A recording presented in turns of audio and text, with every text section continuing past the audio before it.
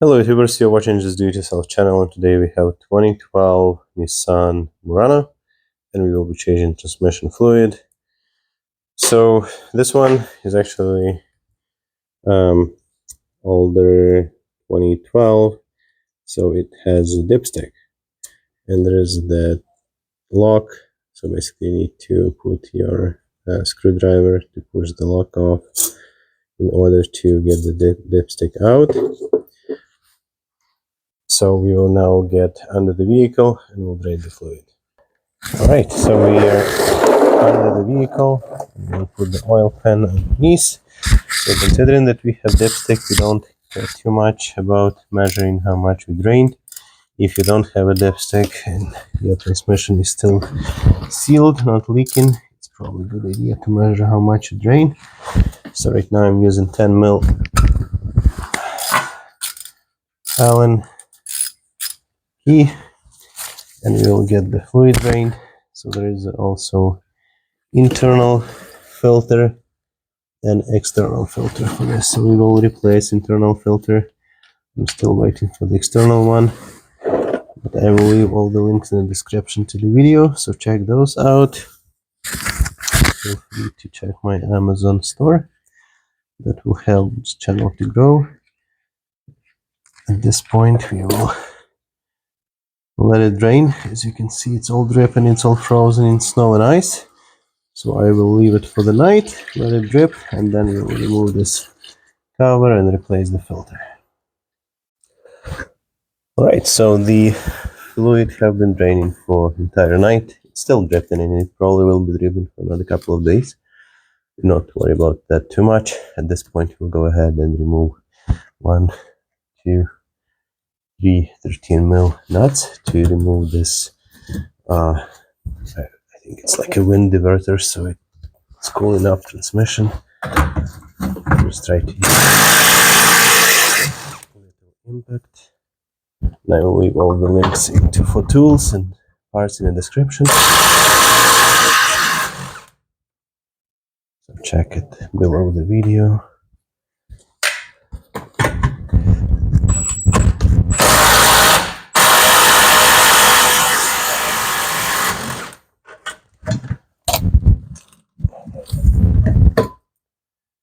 Alright. Okay, so at this point I switched from a tray oil pan to big piece of cardboard, since when we remove transmission everything will be dripping. Alright, so now I'll just go ahead and remove all those bolts all the way around. I'll start from the back. I'll try to put them in order, so if there's different sizes, we don't worry to mismatch them.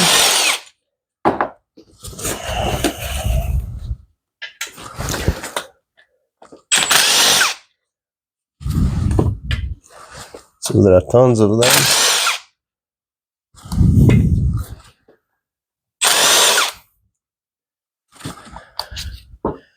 So I will keep doing this. So those transmissions are obviously CVT, and how they work, there is pretty much a metal belt inside. And obviously, like, each belt has its lifespan. So in order to keep those transmissions running, you need to maintain them and change oil frequently. It has 2 filters, one internal, one external, as I mentioned before. Those maintained. In that case, the transmission will last. In many vehicles with the CVTs, those transmission fail around 200,000 mark because nobody maintaining them properly. So oil is not expensive, procedure is not too difficult. So there is no reason not to maintain them and keep them running. Also, for many of those Nissan transmissions, they were not repairable. They were not aftermarket, like Nissan parts to fix those. You will basically need to replace them, which would be probably around $5. Get a new transmission plus cost of replacement. So changing oil is the best alternative. So this car has 210,000 on it, and so far all the bolts look the same. Now it's ready to drop.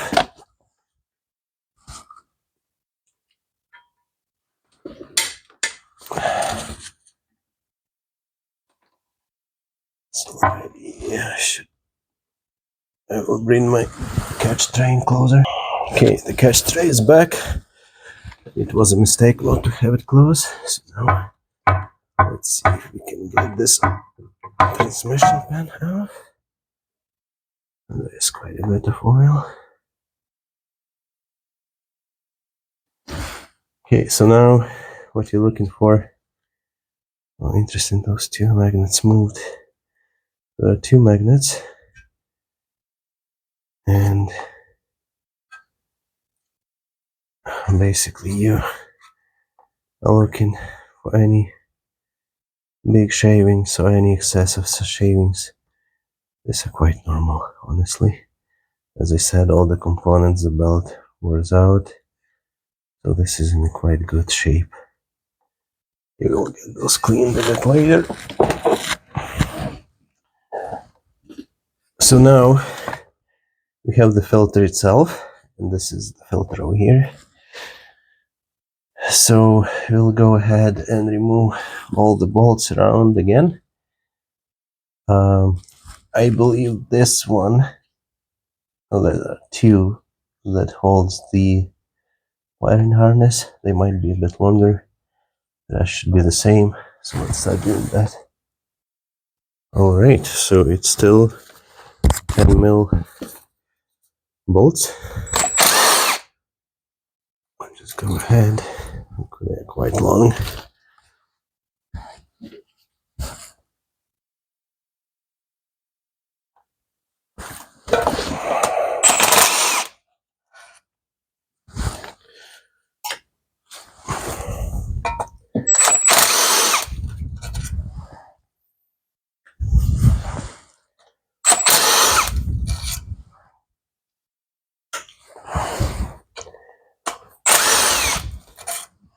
So those filters you can get either from dealership, or I will leave a link in the description to the video, so you can order them from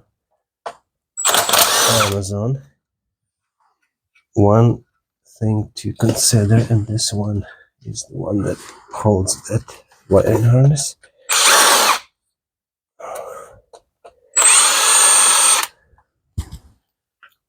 No, actually it is the same size. Let's see, this one. Well, this one is much shorter. So the one with the wiring harness closer to the frame is a short one. So talking about filters, like if you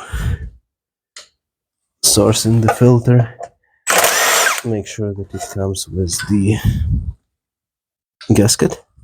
So there is the gasket all the way around.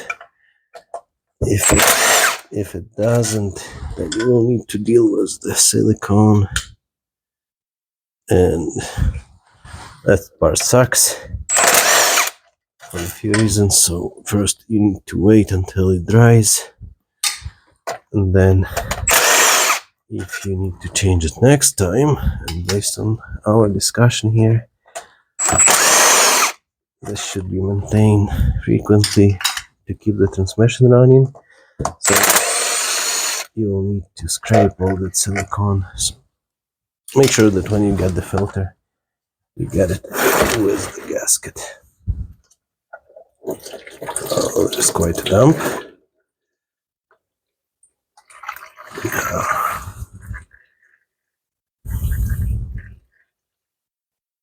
So let's take a look at the filter. Actually, it's in quite... I can see quite a bit of debris inside. So basically, this is the clean side of the filter. The dirty side is inside, so the fluid comes in and then it's getting sucked. There's quite a bit of debris inside. Bad news, guys, I accidentally deleted the last part of the video, so I'll try to do a recap. Apologies for that. But basically, when you remove your filter, you will need to cut this piece. Aftermarket filter come with a longer pickup tube, so you need to make sure that you cut yours to the size as this is. Those filters, I think, fit few vehicles like Maxima and Murano, so depending on the oil pan, you will need to cut this piece. If you don't cut it, you won't be able to attach the oil pan because it will be hitting it. So mark it, measure it, cut it. Another thing, when you order the filter, make sure that it comes with the gasket. Some filters do not come with the gasket, and normally you cannot get the gasket separately. So if you get one without the gasket, you will need to use RTV silicone. With the silicone procedure, you create, basically you're making a gasket. So you go around all the bolts, you spread your silicone evenly, you attach the pan to the transmission, make it just snug, don't get it torque or tight too much. Wait an hour and then torque it. If you torque it right away, too much silicone will get into the transmission and outside. If you wait, it will form actually kind of a gasket.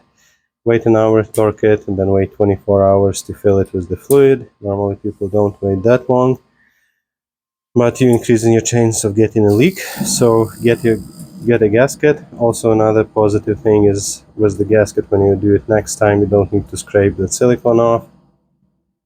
So do yourself a favor, get a filter with the gasket.